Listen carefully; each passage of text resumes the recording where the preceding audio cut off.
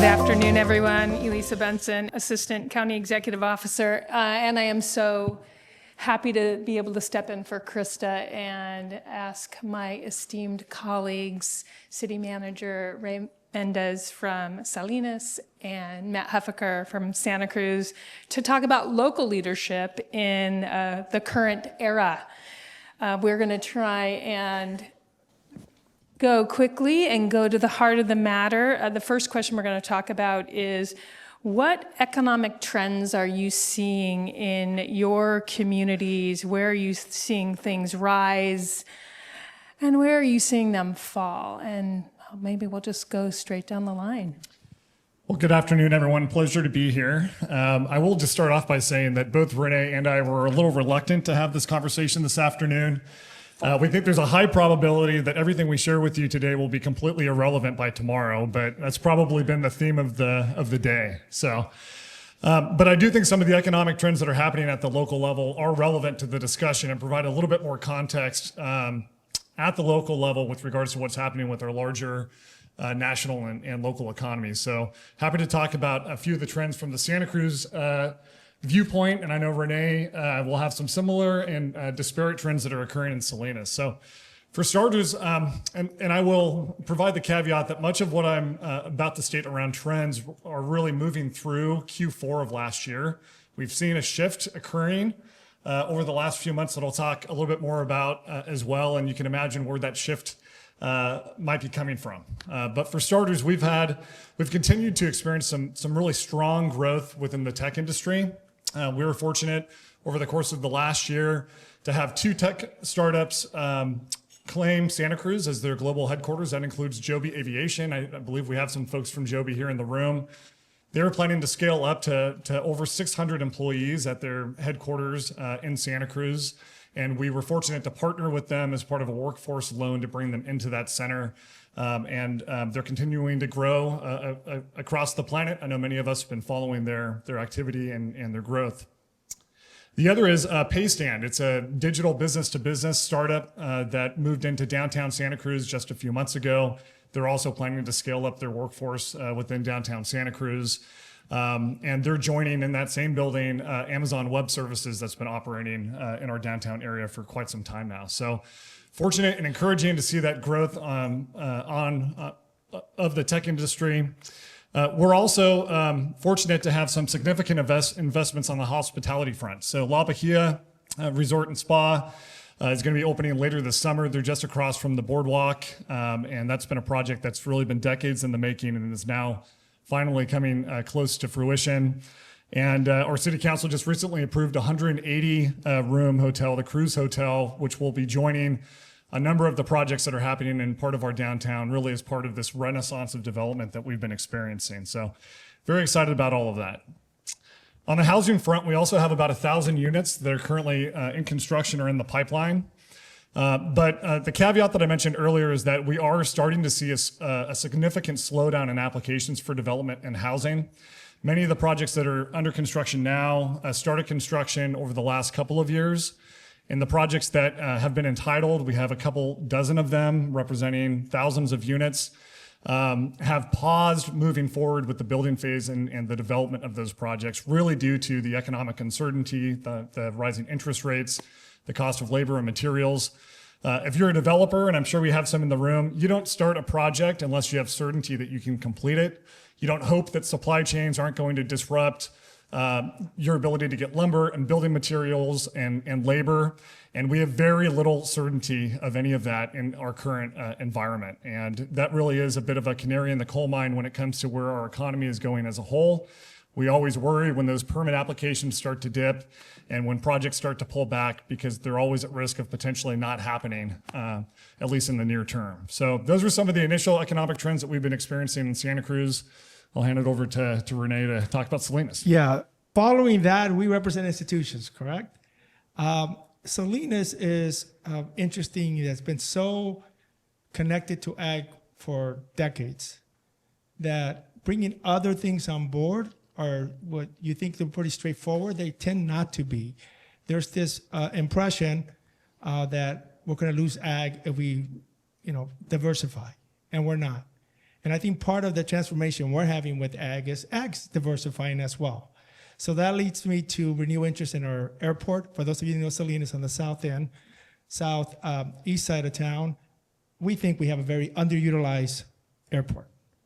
So we're talking to Joby, we're talking to Hydrogen, and we're talking to a lot of companies that are not interested in expanding at our airport. In addition to, we have, for those of you, and I know there's all schools of thoughts on this, we have a 3.2 million square foot Amazon fulfillment center being built under construction today. They're building 24 hours a day. It's on the southwest side of Salinas. And that's interesting because that's actually bringing to the connection between, it's not ag. We have never had that size of business built in Salinas or Monterey County. So the scale of a 3.2 million square foot facility being built 24 hours a day and all those impacts that it's going to bring, we've never dealt with that. That led to a lot of issues with labor. One of the challenges was, do we have a labor force today that can even build that? That led issues to our building permit. I have nobody on staff that has ever done that kind of scale. So that's forcing us to really rethink how we provide services. It's forcing us to really think our processes. And so we have that. We also have a significant uptick in some of the smaller sort of retail. We have a second Chick-fil-A, a second In-N-Out, Angry Chickens. Who would have thought Angry Chickens? We have lines out the door. We have a renewed interest in, I know it's going to be surprising, in coffee retail that is not Starbucks. So we have a lot of that sort of happening as well. The other thing that we're challenged with is how do we speak to, as we're dealing with our large retail and businesses, how do we stay connected to the core? And I would argue, and for those of you that kind of know me and see sort of my career, that our small businesses are our foundational piece for many of our communities. So how do we connect to them? We have a ton of programs that we think we've set up, but we never asked you whether this program actually worked, whether this program, you actually needed this program. So talking about institutions, we're going through a significant issue of rethinking some of our small business loan programs, some of our small business assistance programs, our permitting systems, because I don't think we're really connecting. And that is a difficult conversation to have, not only at the political level, but also at the staff level. So we're doing a lot of that. We're also leaning into the recreational arts. I think we're a little bit behind Santa Cruz and others when it comes to the arts as far as recognizing and lifting it. But we have an incredible arts community in Salinas, incredible arts community. I just don't think we've celebrated it. So we have to lean into that. We're also leaning into the city of Salinas is about to take over the ownership of Carr Lake, a facility that, by the way, we don't have any, we've never thought about how to manage, 70 acres of trails, waterways. Oh yeah, and throwing a park, a brand new park. The soccer complex that a full development is going to generate another 20 to 30,000 visitors a weekend. So we're leaning into all of that. On the housing front, I just actually before that met with the developer, hope to have shovel to ground at the end of summer. And I think the challenge that Matt speaks to is the uncertainty. What do we do during uncertainty? We cannot stick our head in the sand. Our communities don't want us to stick our head in the sand. We're having conversations daily about what does that mean when investors are pausing, when we don't know what the revenue is going to be, when we don't know how tariffs are going to impact us, when we don't know about this immigration, but we still have to figure it out. I don't think we don't have the luxury of pausing. So again, that's kind of where we're at, large business and some of the uptick in some of the smaller stuff. Thanks, Renee. I appreciate you touching back on what Mike was just talking about around adaptive institutions. And we are strong institutions in local government, and learning new habits is a considerable task for all of us, and we do need to lean into it. On that front, I want to sort of shift to, I think, the question of the day, the issue that we always talk about housing and how whatever policy area you want to get into, workforce, economic development, equity, it comes back to housing. So how are you each in your jurisdictions working with community, with your elected, on balancing that critical need for affordable and workforce housing with just straight up infrastructure constraints and smart growth? So I'll kick it off by just saying in Santa Cruz, we take our obligation to advance desperately needed housing in our community very seriously. Over the last RENA cycle, we were just one of 6 jurisdictions across the state of California to exceed all of our housing targets in every income category. So there's very few, particularly on the coast in California, that can achieve that. So through that work, we have been approaching it in a number of different ways. I'll point to one specific strategy that has really borne fruit just over the last few years, and rewind here a little bit. Several years back, the city of Santa Cruz approved a downtown plan that did a few things. One, it allowed for higher building heights, and we can have that debate here as well today if you'd like. It also allowed for greater density in certain areas along the San Lorenzo River in our downtown area. And streamlined a number of opportunities for moving those projects through in a streamlined manner with significantly more confidence. So what that has done today is we have over $1 billion worth of investment under construction in our downtown corridor. So those projects that you read about, thank you. Those projects that you're reading about are advancing significant housing units within our downtown area. That supports our larger downtown ecosystem. It supports our small businesses, and we're very proud of that work. Today, we're working on expanding that downtown plan to what we refer to as the south of Laurel area, which is near the Warriors Arena, to again allow for on a number of parcels increased building heights as well as increased density that would allow for paving the way for 1,600 to 1,800 additional housing units in that downtown area, which, by the way, is proximate to transit as well. It provides opportunities for active transportation, for getting out of your vehicle, for being close to work, and all of those added benefits. So we're very proud of that work and to see those projects come into life. And I'll just note, if Mike's still in the room, he had made a comment earlier about communities not engaging on particular projects or turning out for community meetings. I would just invite you to come to one of our meetings on a housing project in Santa Cruz. My experience has been very different. Our community has been very engaged in the topic, as they should be. It's an incredibly important issue. So first of all, I think Santa Cruz sets the bar when it comes to housing in the region.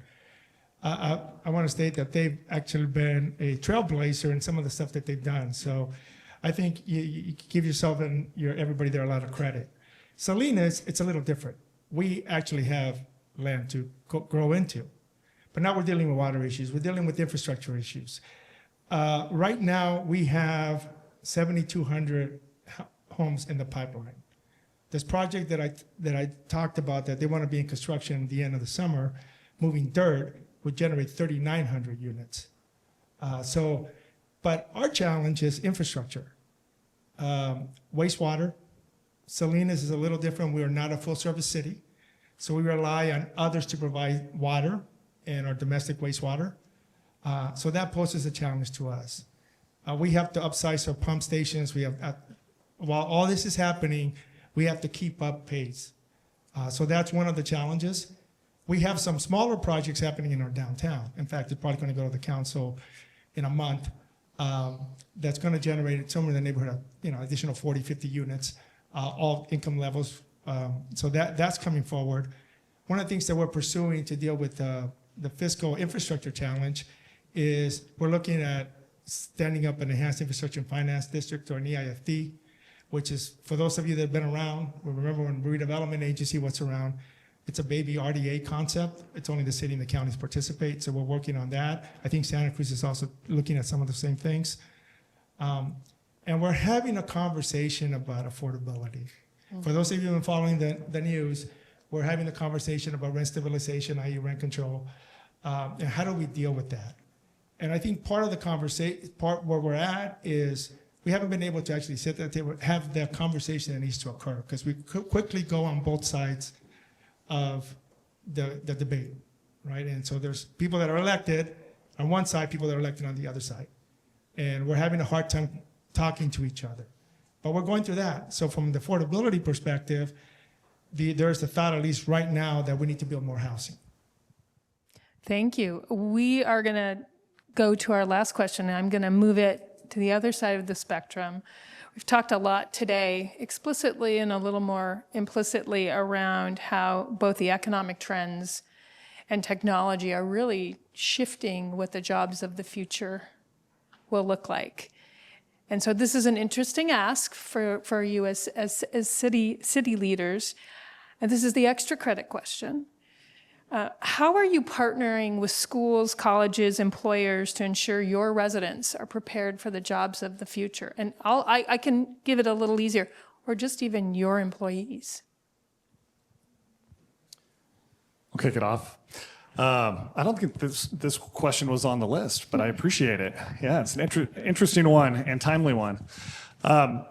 So in Santa Cruz, we're doing a number of things. We have been experiencing for a while, and it became more acute coming out of the pandemic, but we have a skilled labor problem in our Tri-County area. And this is not just unique to Santa Cruz County and the Monterey Bay. Of course, this is occurring across California. And so what do we do about it? We ended up forming a regional working group with our academic institutions, with the other cities within our region, our county partners as well. And we ended up establishing a couple of trades day events. One of those is really targeted at youth, those that are emerging out of high school, wanting to engage that population early. And we had just last month 1,000 high schoolers turn out from Santa Cruz down to Watsonville to participate in a trades day event where we are connecting them directly with local employers and apprenticeship programs and ensuring that pipeline is robust. Secondly, we held an adult workforce day as well down in Watsonville, and we had about 400 folks turn out for that, with a number of our major employers present as well. So just a couple of tangible opportunities as we look at what we can do proactively to help provide for that pipeline. The other, as an institution, we are leveraging advancements in technology.